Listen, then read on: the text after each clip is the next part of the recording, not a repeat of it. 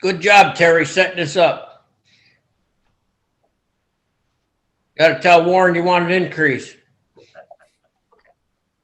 Taking the day off tomorrow. Yes. Good job, Terry, setting this up.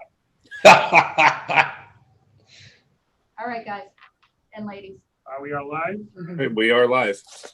All right, good evening. I don't know if you have opened up your emails, but I had sent you a 2-page narrative on our topics tonight. You can reference it afterwards. I'll speak verbally on it in the meantime, because I'm not sure if it'll be difficult for you to check email while also on the Zoom meeting itself. But basically what we have tonight is a conceptual meeting.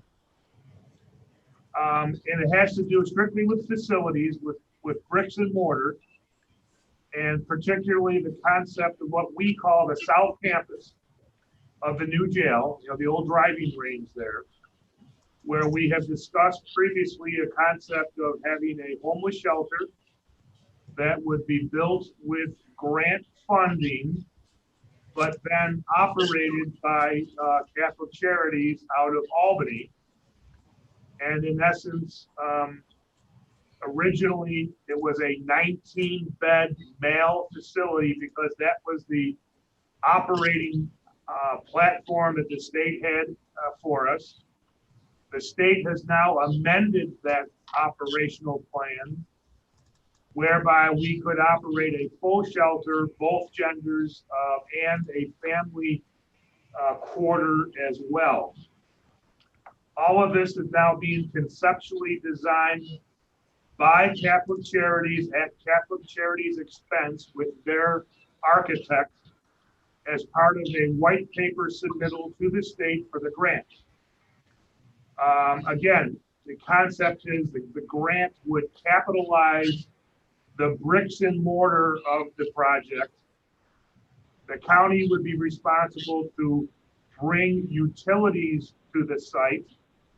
This has been planned on all along with the new jail construction. Now we have a aerial here now. Top of the page is the existing new jail, and the blue shaded area is the former driving range.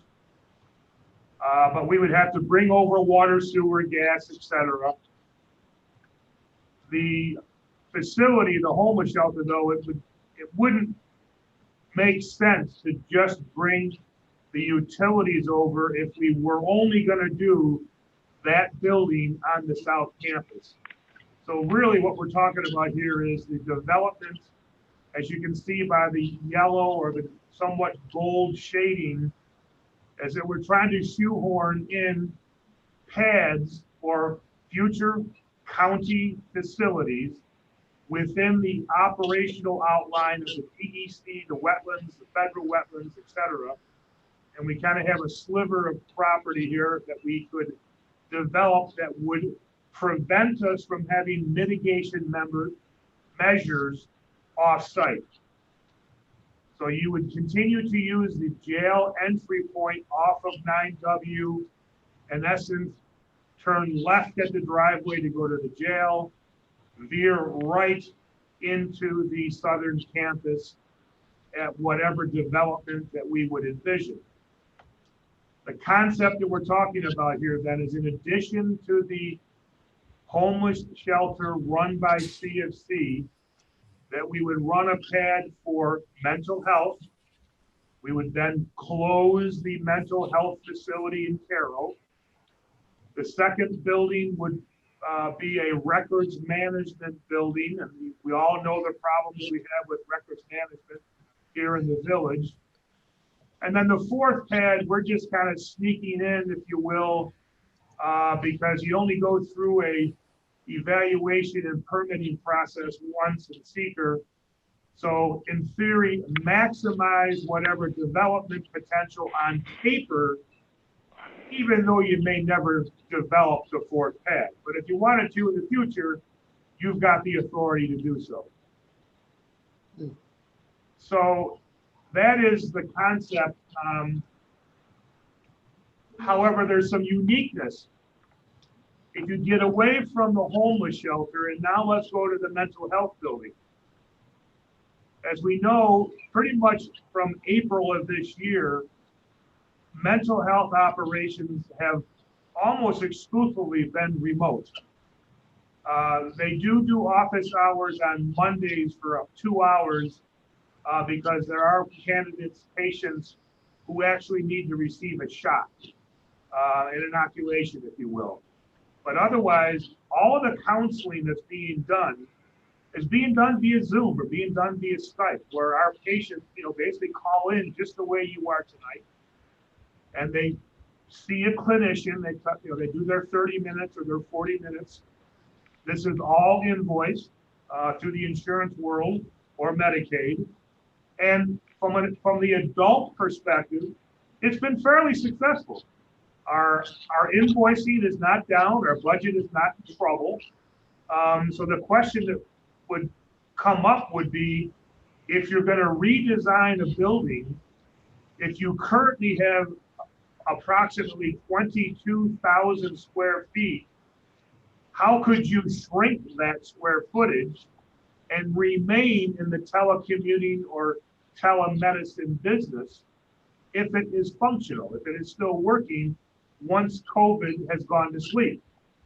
And do we now go through an exercise of saying that future employment, as we recruit for new clinicians, we basically advise them, here's your county phone, here's your county laptop, you can work from home.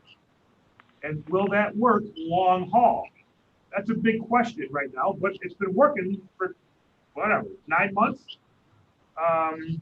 But it works with adults. It doesn't really work too well with children. As we all know, many children have the attention span of a gnat, see Matt Rivera. And therefore, we would still need to have some spatial needs in the facility.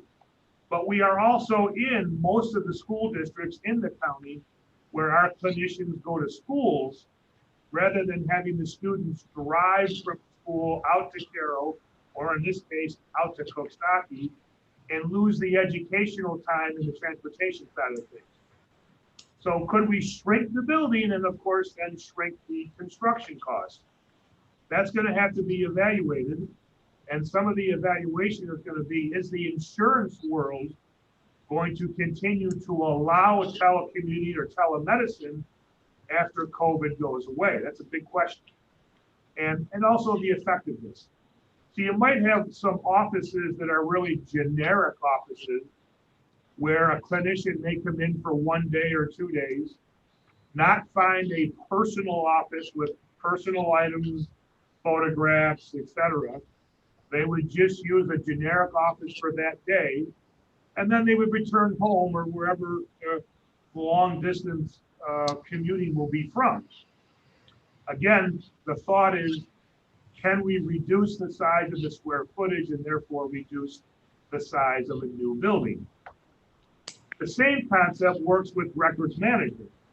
We currently have approximately 13,000 square feet of boxes stacked to the ceiling in paper storage. Jeez. Should we go through a massive digitization project, maybe to the tune of $750,000, but not build 13,000 square feet of records management, and therefore, for the future, not pay for $13,000 of upkeep and utilities, etc.? Can we reduce the size of the building and therefore reduce the construction project? This can only really be considered if we also at the same time get county government not to produce paper to begin with. If you think about it, many of your resolutions start at the department level with contracts. They go to my office, they go to the attorney's office, they go to wherever office, and are we all storing the same paper documents that we could if we unified that storage so that we only have one final copy, and then that final copy is electronic? That's going to take a long time to evaluate. And the bigger issue will be is changing the paradigm by which we operate so that we don't create the paper to begin with. So all of this needs to be designed, evaluated, and really put through kind of a test, a truth test, if you will, to see how functional, how appropriate, how correct, is it doable?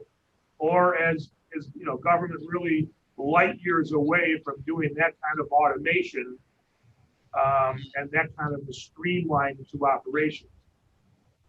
Again, the site is tight. It only has approximately 32 square acres of developable property. However, as you see by the color coordination there that Warren is now depicting, there's not a lot that can be actually developed. So we're going to need... We're not seeing what Warren is depicting. Oh, shoot. Okay. I thought you were. How are And you? I don't have the email that was sent either. Me either. Me either. Being scared. Me neither. Neither do I. Oh, Why son of did that a not gun. be- I hate Zoom. Wait, Okay, we're going to try some technical changes here while we're talking, but I will get this information to you eventually. I sent out my electronic version of my notes. I did not give any kickbacks that nobody received my narrative. But everything I've spoken about here is being, you can read the 2-page narrative. this is what you're just on, correct? Yes. Now, you guys were unable to see any of that That's correct. fun. We just saw the files. I'm seeing the 3 file names. Okay, because we're looking at it right now. We're looking at a site plan of the South Campus. Nope. All right, hold on. I'm just gonna hit stop share. Gonna start back here.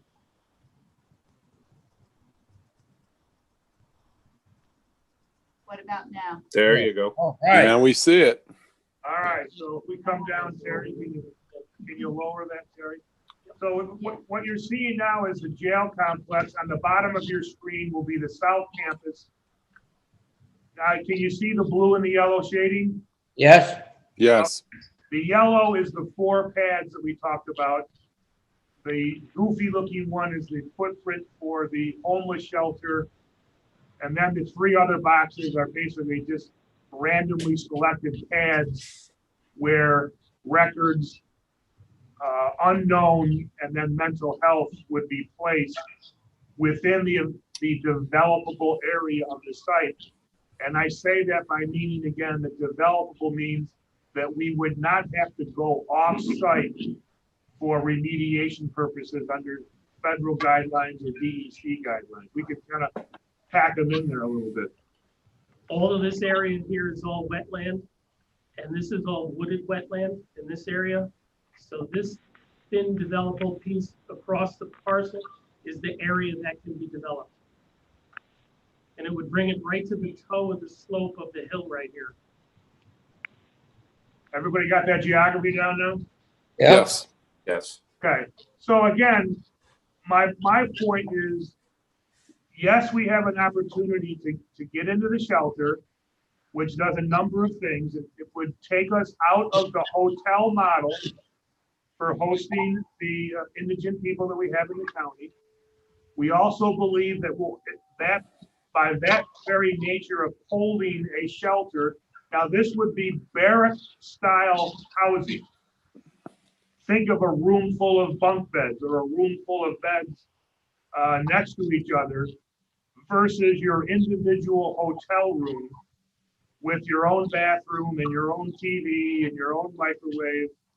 We feel that many people who currently get homeless shelter now would basically seek alternative sheltering if this was their only option. So our homeless numbers may come down, but we would still need to contract with CFC to operate the shelter because it is a 24/7 operation. It would have a kitchen, it would have laundry, and that kind of thing. So it would need 24/7. And it would include the housing of sex offenders. And that's why I think you see the confusing footprint there. There would be a separation of gender, a separation of family, and a separation of sex offenders, all within, in theory, a single roof. But this would take us out of the hotel business. So there would be an offset of expenses that we currently pay to hotels, but I'm still anticipating that there will be a net increase in operating expenses for the CFC to actually run at a 24/7 clock. Sean, can we get a figure at some point of approximately how much we spend every year for housing the homeless? I thought we had that before. I want to say it was in the $400,000 range. Don't quote me on that, but we're running cyclically. We go as high as 60 to 70 people, and then we come down to 30, 25. It depends on a number of probably weather conditions, et cetera. But yes, I will get those. But our rough math is, even by reducing what we now pay to the hotels, it would still increase, because the CFC contract is going to be fairly large, because it's going to be a 24/7 clock. And then people would need to leave the shelter during the day. In theory, this is not permanent housing. They are still required to go out into the fields, look for permanent housing, look for employment. So for the most part, the building, but maybe with the exception of families, if there's children involved, or any limitations that may be on sex offenders, the building wouldn't necessarily be vacant during the day. Question. If you all, 9W is on a bus line, and it is a bus line that we could increase rotations on in the future if we felt there was a need for more than, a morning and an afternoon pickup drop-off. That also works for the mental health operation. If we were going to move that here for people who do not have transportation, you could get here if you weren't able to Zoom your appointment.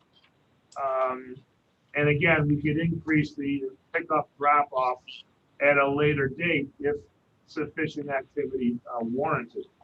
Sean, I have a question. Shoot. Catholic Charities, you said they were going to be their expense, obviously, for the homeless shelter. What about the 3 other pads? I'm sorry, the 3 other pads. I'm sorry. Well, you got the homeless shelter.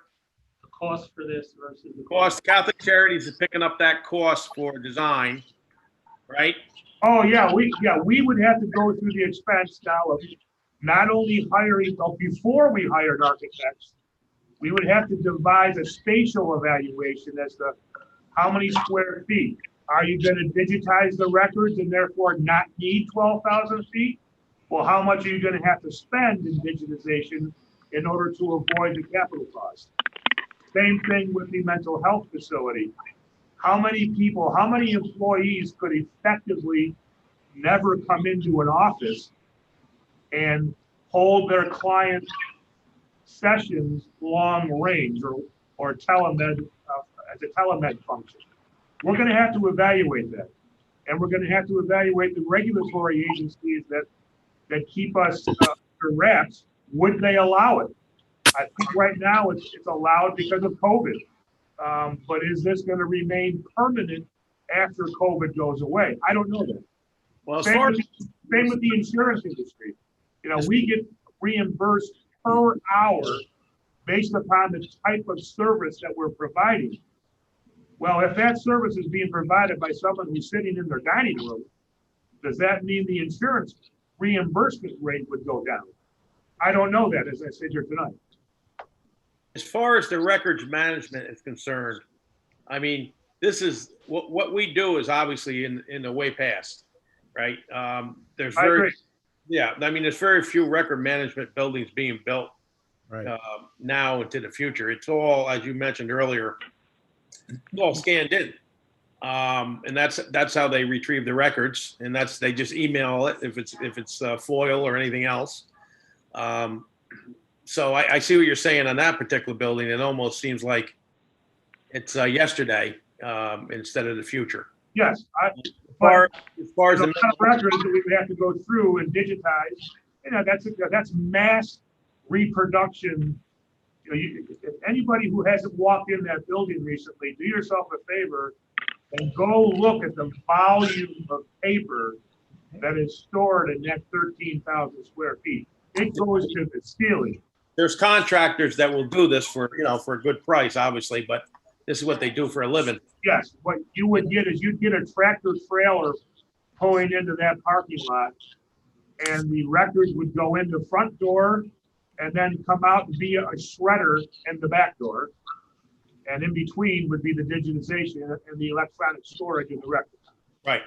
Now, A very labor-intensive product, oh yeah, but once you do it, you don't need 13,000 square feet of storage anymore. right. In the long run, it'll be a lot cheaper for years to come when you play it out that way. As far as the mental health is concerned, I'm not a mental health expert, so I would not know what the future holds for that as far as Zoom and, I don't know if you have to bring somebody in person, eventually again after COVID. So that one I can't weigh in on, but I think it's gonna take us a fair amount of time to evaluate that. yeah, The other thing that Warren, so again, the concept that Warren and I are playing with here, placing the 4 pads is an exercise to get maximum utilization out of the land that we have available. It's conceivable that if we shrink the size of records management, that we could just put it on the back door of mental health and have a single roof line, not 2 roof lines and two pads. So this is conceptual. I want to emphasize that enough that, we could come down to 1 less pad or 2 less pads. Hey, Sean, Yes, conceptually, you could actually do that as a lower floor of a mental health building as well with a separate entrance. absolutely. It could be the back door, or it could be the basement. Yep. Yeah, but Or we're, your Hey, mental Sean health and entrance would then Tommy. be a separate entrance that just comes out to a stairway. we're gonna go through the exercise and tell DEC we're building 4 pads, because you don't know what the future is gonna bring. If we went through the exercise and only got 2 pads approved, you'd never be able to go back and re-seeker it or re-go through the effort. So, Or the again, cost- concept. Or the cost to develop the Well- property with only 2 pads on it, it may not be effective to do that. There's a lot of work involved in engineering and extension of infrastructure, and the site is significantly limited by, it has environmental constraints. We also have an issue with our building and grounds building. That could also be incorporated there if need be. I know it's not probably the right location, but No, Jim, but Jim, you're correct. We definitely, because the existing buildings and grounds site over on Allen Street, we don't own. It's actually owned by the state, and we have basically a 99-year, $1 a year lease.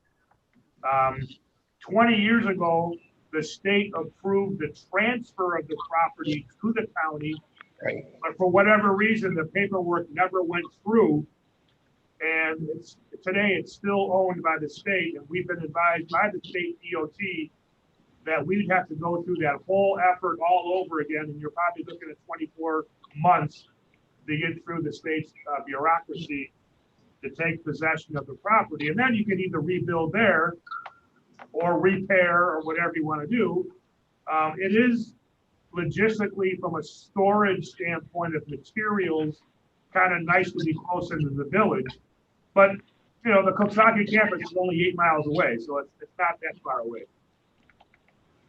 Yeah, So Sean, again, this is a conceptual conversation, because what's driving this really is the homeless shelter. We're working with DSS through Kyra's office and the Catholic Charities Group.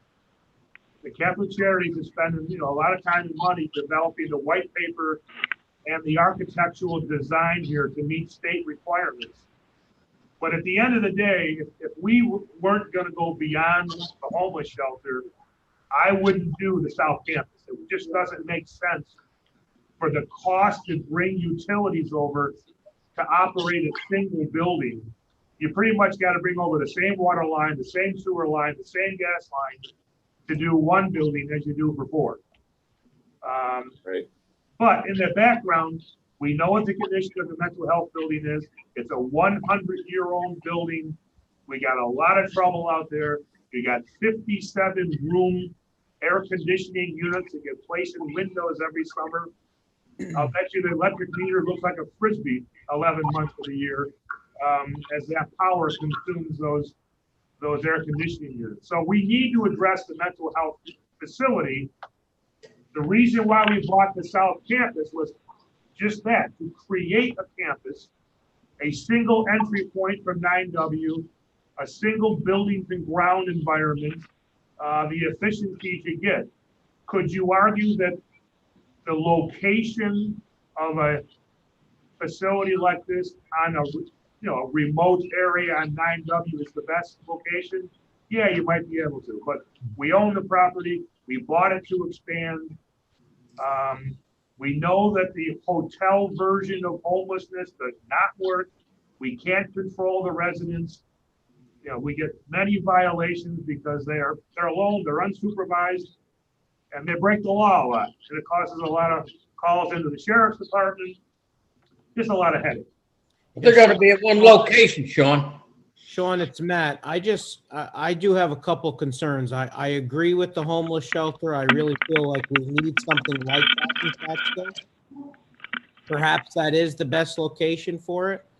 You know, my concern with mental health is that, you know, Caro really is the center of the county. So when you have people coming from the mountaintop and from Caro, I mean, that's quite a hike, you know, to go up to Cooksaki for that. And then the question comes in as, you know, who's paying for the Medicaid transportation for these people that need to go to Cooksaki? Well, we pay for that now. Right, we pay for that. I understand that, but we're going a farther distance, especially the people on the mountaintop. So that would be my concern. I would like to know at least from Jason, you know, what is our percentage of clients spread throughout the county as to where they're located, where they're coming from. And then I would also like to know the transportation costs, you know, if we go there. The second thing with the mental health building, you know, and I agree with Harry, I'm not one to speak on mental health because I don't know, you know, what their services are. I agree with the schools, you know, and, you know, maybe perhaps combining some of those offices and working remotely and, you know, having the schools, you know, provide an office for those mental health people so they don't have to report to an office. I get all that. But I would like definitely more information on, you know, the percentage of the population of our clients, you know, where they're coming from. And then in regards in general, to, there's a lot of research we got to do here. Yeah. And then in regards to the existing client list, though, is static. Right. They have a customer for 6 months and they go away. It changes, but I think there's probably trends and there's probably people that are frequent flyers, you might say. I don't want to, you know, make it sound bad, but there's people that use it regularly, you know, that I think we should look at and look at the data over the course of the last maybe 10 years. You know, how many people have actually, you know, used our clinics, go for the inoculations of vaccines and so forth, whatever. Yeah, and Matt, maybe one way to address that is a satellite office someplace out in the county. Right, and that's what I was thinking as well. You know, maybe a satellite office in our county office building at 411. You know, and then also, you know, some type of report as to what it would cost to actually make any necessary repairs besides the asbestos in the Caro building. You know, what else is there that would have to be repaired? And then would it be beneficial to, you know, maybe build another building in Caro as opposed to Cooksaki? Well, Matt, as far as the building's concerned in Caro, we did look into that initially. We did have a briefing by, I believe, Bill Smith. You're talking But I think we need some actual numbers. I mean, Bill Smith is not. You're talking between $2 and $3 million, if my memory serves me right. Yeah, It's again, beyond. I think we should maybe perhaps hire somebody to come in and, evaluate that, and see what exactly we would need. And Yeah, then, Matt, you're right. I'm not against that. It's just that, look, it's really two buildings that are over 100 years old, right, and, they're tired.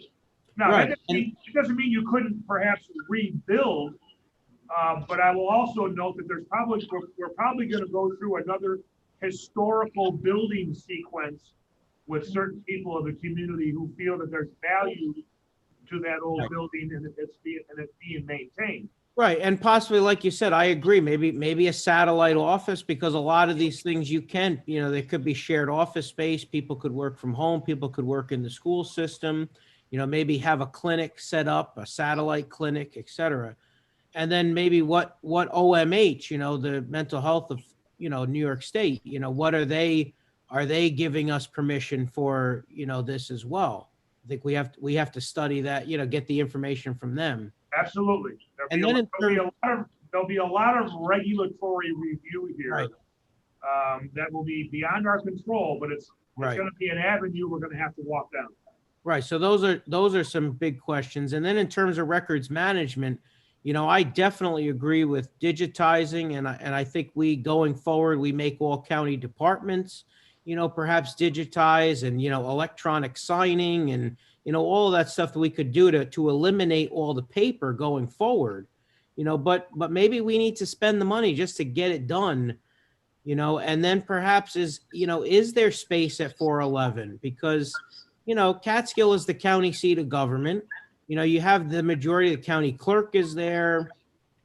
You have, other departments where, those records are going to and from, that, it most likely should stay somewhere there. So I would hope that we're going to talk a little bit about the old jail site, because we have a lot of potential at that location to possibly put a back door, in there to say the basement, we have some records that we can't destroy, and it's only up the road from 411, where people can go and see an old book or something like that we can't get rid of. We will review the old jail site tonight. I would probably say if there was a concern about centralization in the county seat, I would rebuild records management on its existing location on the frontage of Main Street. Yeah. And tear down the old building in the back, and you wind up with the same parking issue. Yeah, and you don't have that issue of, infrastructure either, because the infrastructure is on Bridge Street, the infrastructure is on Main Street. So we don't have that added You expense. do, but it doesn't reduce the infrastructure transfer on the south campus if we're gonna build anything else there. Doesn't go down. Right. Right. And the homeless shelter is important. So I understand that. Right. And I definitely think that, and I'm glad Catholic Charities wants to participate with us and, pick up a lot of the cost. So I think we as a body really has to figure out, what's the best bang for our buck? What are we going to get the best out of? And including for the people, where is this going to serve the best? I'm not sure Cooksaki is the best location. Caro really would be the best because it's in the middle, basically the middle of the county, especially for our mountaintop, clients. So that's my concern. And I think I would need more information before I could make a decision on any of that. Oh, no. This is a conceptual conversation. You're not deciding. Okay. Yeah, what we will bring to you after this meeting is engineering proposals, architectural proposals, plans to reach out to the regulatory agencies, insurance companies. You've got a year's worth of work here. Yeah. Easily, before you can really make any kind of decision. Right.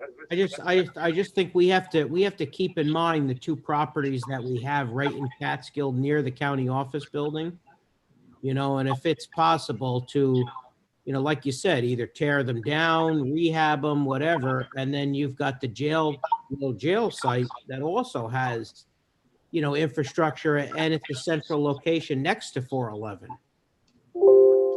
I think we have to keep that in mind too.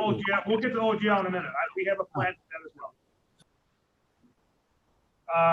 So before we get off of the Buxaki location, I guess the first thing is, do you understand what we're trying to do in terms of maximizing building potential? This is all conceptual. It could change any way you want to. It could be 4 pads, it could be 2 pads, it could be combined buildings. We can do all of that type of thing. Again, our strategy is to just go through seeker and DEC reg evaluation once, and therefore do it at maximum build out. If we only build 2, even though we've been approved for 4, fine. But it's very difficult to get approved for 2 and then try to come back and do 4. Because of everything about your bees, bunnies, and birds will have already been decided. Let me just make sure I got all of my points here on my handout before we get into the next location. Can we combine our $12,000 a year Raptor study from the jail in with this site? Probably not for 12,000.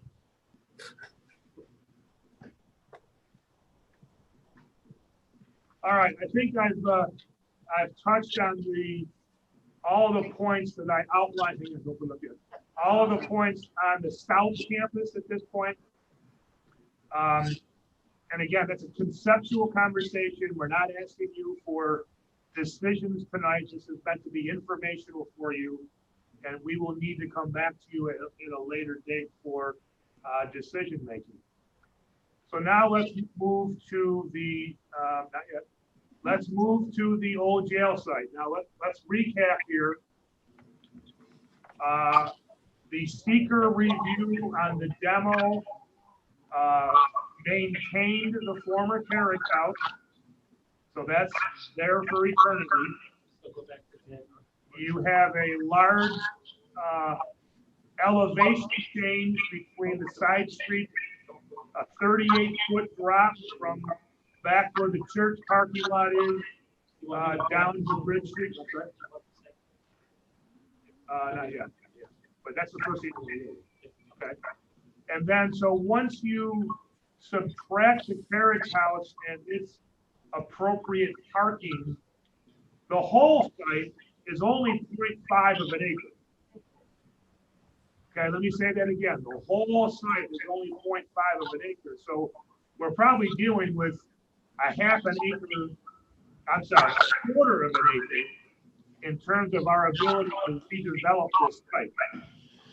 So with that, we also have the expansion of the public defender's office under the litigation that has now brought in a couple $100,000 a year for us to hire more attorneys and more support staff for the indigent defense of local people who are going through the criminal justice system.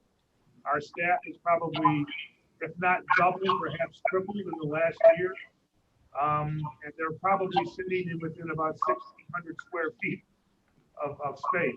They're jammed in there like sardines. So with that, then we have a parking issue as well. So what the first thing we're going to show you is the site plan from 30,000 feet as how it would look as a parking facility, with the assumption the second floor of the parking would be your office space, and then a pedestrian bridge linking to the courtroom at the second floor foyer of the staircase. You want to flip that up as best you can? Keep your fingers crossed. Hang on, we'll get it, one way or the other.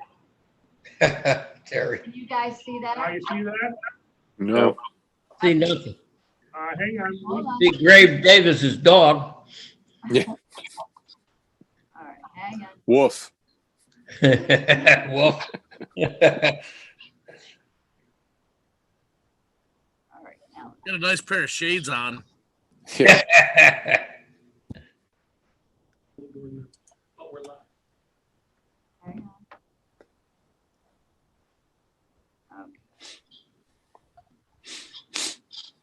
Can you guys see that now? There we go, Terry. Yes. All right, so at the top of your screen is Bridge Street. And you'll notice that there's two arrows that would be a ingress egress into a lower parking level. But you'll also on your left notice that we've maintained the alley between the court and this new facility. And then in the middle there, you see what is then the pedestrian bridge. That lane is kept there because we still need to bring in inmates into the courtroom. We have a rear entrance that we would prefer to use like we did in the old days. During the demo and stuff, we've had to bring everybody through the front door, and that causes a lot of logistical problems. So the concept here then would be parking on the lower level, sufficient drive lanes to get around, it would be tight, and then I believe 23 or 23 parking spaces, and I would also note that those are regulation parking spots. There's not miniature cars here. There's no smart car parking, if you will, which did reduce the number. And of course, we had to fit in handicap, and then in the corners, staircases, elevator, etc. This square footage really outlines what we call the maximum developable space within the footprint, and we get approximately 14,000 square feet. So the second floor where your offices would be limited to probably a maximum of 14,000 square feet. If you wanted, obviously, if you're going to shrink the size of anything, you're going to either reduce the number of parking spots or the number of office space capacity. And we're dealing with the concept of public defender and the Office of Court Administration coming in here. And I got to put Office of Court Administration in very big quotes because we do not have a defined request from them, nor do we have even an evaluation of what they would need. And not the least of which, we have no idea what they're willing to financially contribute to any project like this. And they basically hinted in the past, they don't have a lot of money. Angelo's office, through his grants, we will be able to use his grants for offset, probably not capital costs, but via a rent stream on an annual basis to pay for the space. So at this point, we have not gone to a second floor depiction of what type of offices or conference rooms, restrooms. Really what you see there is once you remove the staircases and utility runs, you're not going to have really a large space unless you wanted to go to a third floor, which I don't know if that's going to be cost prohibitive or not, but maybe not. This is also designed, this parking is designed to be secure parking for court staff and employees only. Okay, secure meaning you got to have a swipe pass to get in and a swipe pass to get out in order to provide the court with sufficient security so that nobody can enter the rear of the building via the staircases or the elevator. We anticipated this to be some questions about common parking, neighborhood parking, library parking. But at this point, after some initial discussions with OCA, we do feel that they are going to desire, I'll put that in quotes, secure parking. Whether or not that could be loosened up on weekends for the library, let's say, remains to be seen. I don't know what happens if Monday morning we still have vehicles parked in a secure parking lot, and how we do any kind of security check on that as well. Part of the reason why they want the secure portion is that we don't need 2 points of entry where you would need 2 sets of security, 2 sets of magnetometers, etc. Public attorneys would still come through the front door, and if they needed to get back into the upper floor for client privileges with PD, they would need to come through the front door and then pass through the pedestrian bridge onto the second floor of the parking. Now, the next big issue is, as you all know, we went through considerable expense and effort to save some of the yellow Ohio sandstone from the jail and the former house. So what we've done is we've secured an estimated 3,500 square feet of that stone that was basically hand removed during the demo process.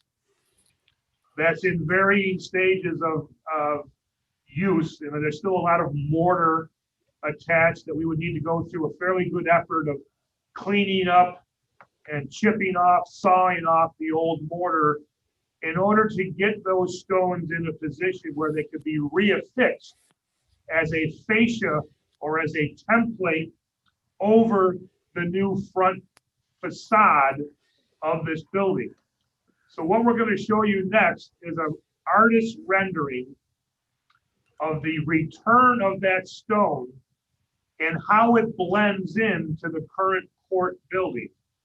And we've tried to go through some great length to mirror the court building as much as possible, so that in theory, as you drove by Bridge Street, you would think the buildings were built at the same time.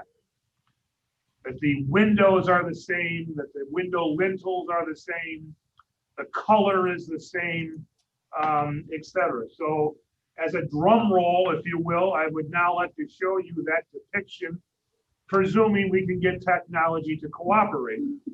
On the same, So there you go. Nice. Nice. As you can see, the tie-in to the flat roofs, the tie-in to the window lintels, the same shape of the windows. Obviously, the coloring. Be careful, this is a depiction.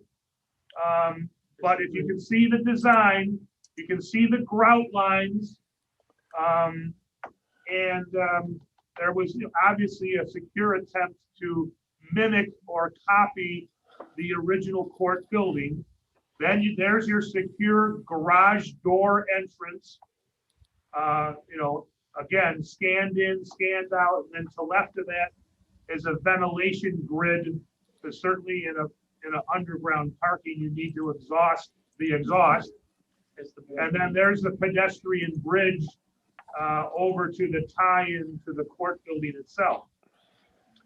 So, and then the alleyway as well. Again, there's a different view.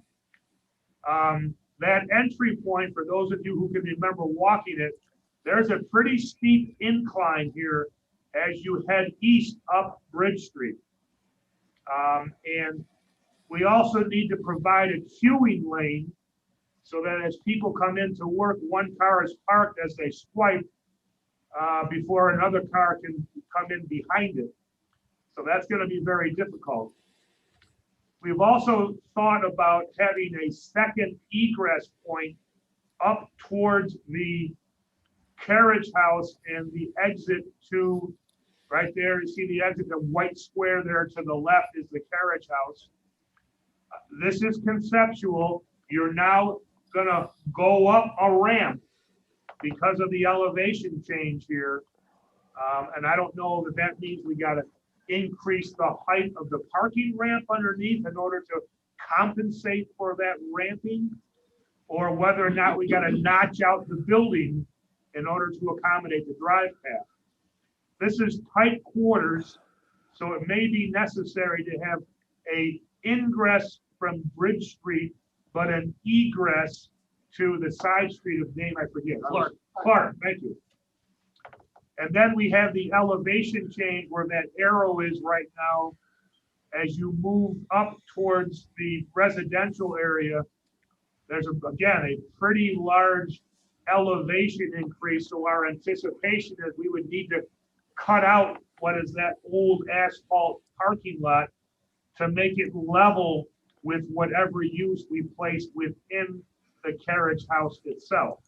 Again, this is all conceptual.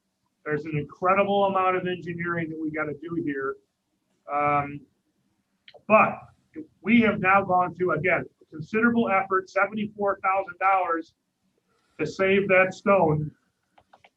The whole purpose being to reaffix it and to reblend in with the historic courthouse, even though the stone itself is relatively inexpensive to acquire on the market today, which would mean that your side views, the far eastern wall, the far southern wall, would probably have to be covered as a fascia with new stone, as we are only able to collect about 3,500 square feet of the old stone. John, I'd like to jump in for a minute, John. I'd like to compliment whoever's idea it was to use that stone. And you're right, Sean, it does look like both buildings were built together. I think it looks really, really nice. Fits in perfectly. What is the square footage of the office space, Sean? 14,000. You got 14,000 below for parking, so you'd have 14,000 above. 14,000. Okay. Minus your stairways and elevators. Once you take out elevators and staircase and utilities, you're not talking about a lot of square feet. I think the public defender would be able to, sit in there easily and probably provide some ancillary space for court administration. I don't, at this point, have a specific request from OCA. Previous discussions, they are not necessarily looking for courtroom space, as they are looking for either office space or ancillary, court administration. I don't know that exactly. Again, this is one of the investigatory issues that we're going to have to go through in order really to spatialize, if you will, the square footage. And how would you put in offices? Again, could this be any telecommuting here for staff? Or is the majority of their court time, or I'm sorry, office time, is it court? Is it dealing with clients? And can you do that from a remote standpoint? I don't know that. And maybe you do. Maybe that's the new normal. But that's a lot of evaluation. There is utility issues here. So from our ability to get cost estimates, we have what I would call back of the envelope cost estimates on this structure. But I caution us, the battleship often starts out at $10 and winds up being 25 when you're done. So I have been reluctant to try to give you any kind of anticipated or estimated numbers tonight. What I'll backdoor you, though, as I've previously given you, we have in 2022, the retirement of two pieces of existing debt. Approximately $2 million a year would be retired. So as we formulate the 23 fiscal budget, we have that flexibility to reissue the debt and reconstitute these building pads as we've depicted this evening and not increase the budget. We would not have a tax rate increase because of the retirement of the older debt. So that from a timing standpoint, I think it's very nice to be in that position to say you could build thousands of square feet of bricks and mortar and not have your cost go up, including your utility costs, because I have a PD office today, I have a records management building today, I have a mental health operation today, which means I already have built-in utility costs, everything from water, sewer, gas, electric, maintenance, etc. So what I previously gave you was $1 million of annual debt service over a 30-year amortization schedule would give you a $20 million capacity to buy. So this building plus the other buildings in whatever fashion we build or don't, you could do so within that 50% of what's going to be retired in 2022. If the building capitalization costs are higher than 1 million, then you could still go higher and still not exceed what is about to be removed or retired from the old debt schedule. So you're in a very unique position to answer a lot of physical needs without scratching your head about tax impacts. That's a very unique position to be in. A lot of your peers would be very jealous of you to be in that position. Yeah, I think you've done a great job, Sean and Warren, on this, and really to think about that far ahead and to plan really is great for us, you know, as we think about this. Has there been any talk perhaps that we don't make that street level a parking garage and make that office space instead? Yes, you could just put the building on the ground. Right, and then maybe in the back, you know, put a secure parking for the judges behind the building somehow, and then they could enter the back of the building and go through the catwalk there that Charlie wanted. Well, there would be no catwalk if you're gonna not have a parking structure. Right, because you're gonna drop the building down. If you're gonna drop the building, there Yeah. wouldn't be a catwalk. Okay, So- because you have a secure fence on both sides. Yes, Right. but there would be no parking. Right, there would be no parking, right? But if we put in some type of secure parking for the judges behind the building, you know, and that there's a couple spots there now. Yes, but what is now carriage house parking, I suppose during the day, you could put 3 or 4 spots for the judges and clerks. And then how you navigate down through the alleyway and then into the rear of the building would have to be designed so that nobody could violate the sanctity of that security. Right, because years ago, they used to have a couple parking spots for the judges. The county clerk had her own parking spot back there, you know, and they would walk in the back entrance. Yeah, so that's why we kept the alleyway, not only for the inmate transfer, but those old parking spots, I think, are still there.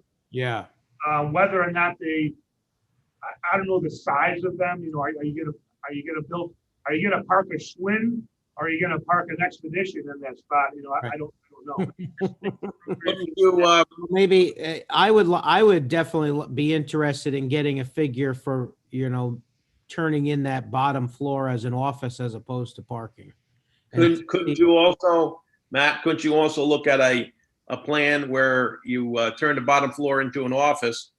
And I know we discussed this before, and you keep it 2 stories and also have offices on the 2nd story. Right, yeah, I agree with you. Double your occupancy in your space for offices. I know, Sean, we talked about that before. We did. It's just parking is such a premium here. That's why we thought about putting it underneath. And then all the port personnel that now park across the street next to the fitness center, you know, maybe the majority of them come in here, and then that frees up spot for retail operations on Main Street. I know, but we have parking.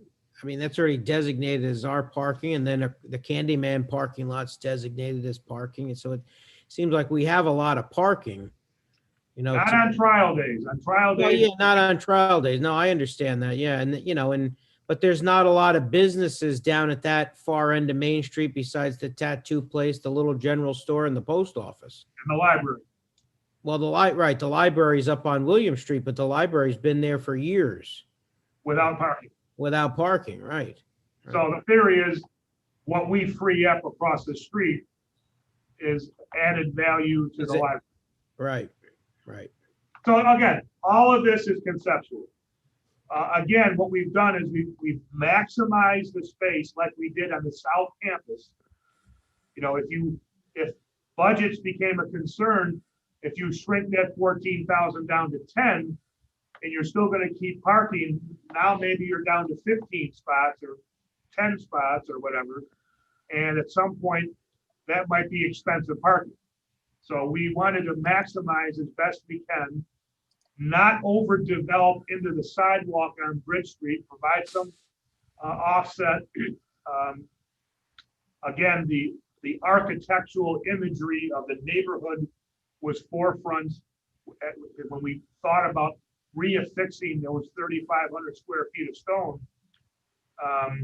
The whole concept here was, be a good neighbor, try to restore the historical significance and the tie-in to the court.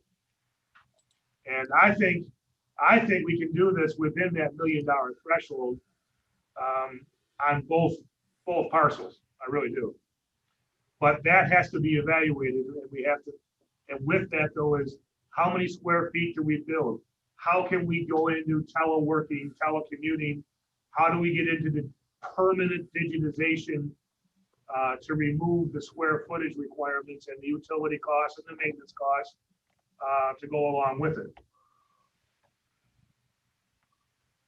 Also, the space programming analysis, next steps. So yeah, so that's what what we'll need to do, not only with the South Campus, but with this site here, is to engage on the spatial side of things. How many square feet do we need? How many feet would we like versus how many can we afford? Again, we have a back of the envelope on this project. I'm a little concerned that it doesn't quite address all of the utility functions of the site. And this area here. And the redevelopment of the former parking, which has a pretty good incline to it that would have to be dug out. Again, the incline from the top of the site to the bottom is a 38-foot drop. I'm not sure if we're talking about retaining walls from a structural evaluation here that makes this thing impractical. I don't think it does, but since we had a 3-story jail here for 100 years. But I do like the concept of the parking underneath. That way staff just takes an elevator or a staircase upstairs. It's controlled and it frees up parking for retail. We own the space. It's a small space. Again, the whole site, 0.5 of an acre. But once you carve out the carriage house and ancillary areas up there, and then setbacks.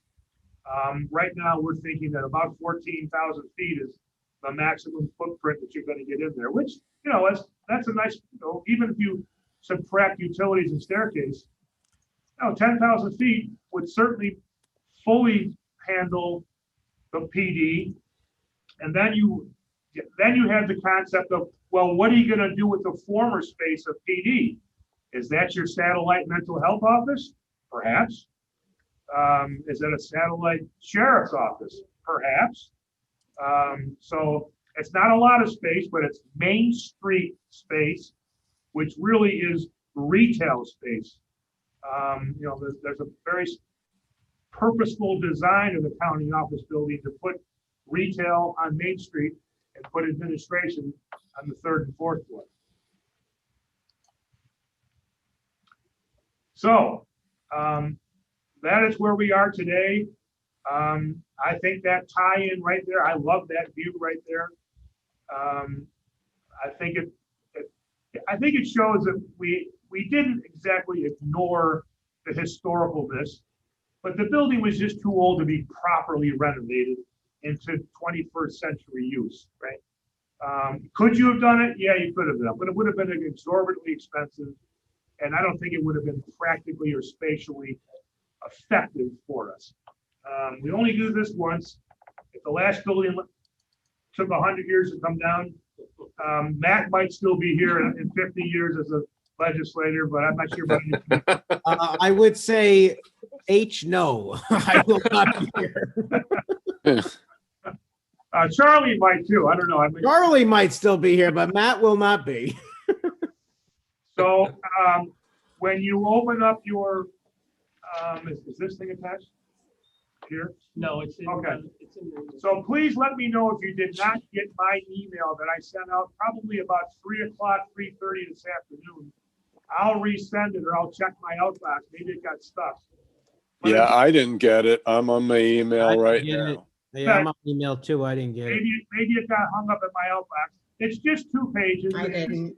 It talks about each of the pads that we've just referenced and some of the concepts of telecommuting for each of the locations, as well as the fact that look, this is gonna be all gonna have to go through DEC. We're gonna have to do major seeker evaluations on any of these projects. But with the retirement of the debt in 22, I think by the time you go through the spatial evaluation in fiscal 21, an architectural engineering effort in fiscal 22, release bids at the end of 22, construct in 23, you'd have one piece of debt falling off and another one coming on with no impact to the budget. Even if we accelerated that, I could still time the issuance of the debt, so there would be no impact. And that's a wonderful position to be in. Sean makes it sound easy. That's a lot of work. It's a lot of capital projects. Well, I'm the eternal optimist. My wine glass is always half full. It's still a good position. Lastly, then, part of our evaluation, we'll have to work with particularly with mental health, the regulatory agencies that we deal with, how we would contemplate continuation of telemed. That's a big issue. And also just functionally for us as a employer, when we go through recruitment and that kind of stuff, tell people that, here's your computer, here's your phone, go home. That's your office. How do we account for their work, their hours? How do we know they're not golfing, fishing, or whatever when we're paying them? So think of the union collective bargaining contract changes that perhaps would have to be dealt with. But we're in the 21st century and unions got to get out of the 19th. Hear, hear. All right, so that is our presentation for the evening. You have these items now. I don't know who else is on the line tonight. I'm a little hesitant to put that depiction out because it is so conceptual. And it could certainly change because of engineering realities on the ground. But again, we went through a considerable expense and effort to save that stone.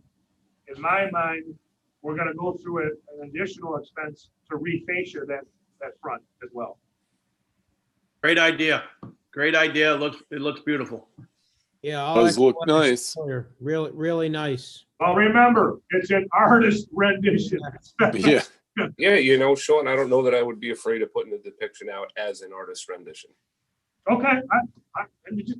Even using the stone as a People sideboard. see things, they have a tendency to remember it. So I think this quiets a lot of people, actually. I do too. I think it quells the rumors of leaving it as a parking lot and doing nothing, and Definitely does. I think it shows that we have some foresight into the future. well, the media often refer to it as a parking lot. This has been our master plan for almost 3 years. Right. Just because they don't listen, it doesn't make them right and us wrong. But we always envisioned a lower lot parking and a second floor. The other thing I'll tell you we evaluated was to put the second floor on the first floor and put the parking on the deck, and then access from the back end.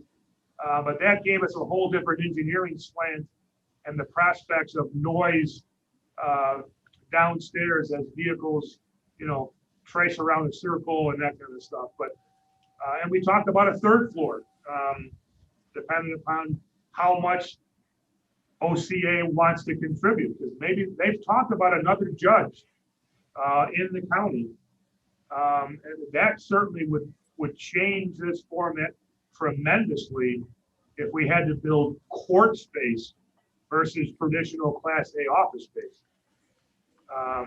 But another judge in the county and its associated economies, maybe that's something to consider. I don't know. All right, class is over. Good stuff.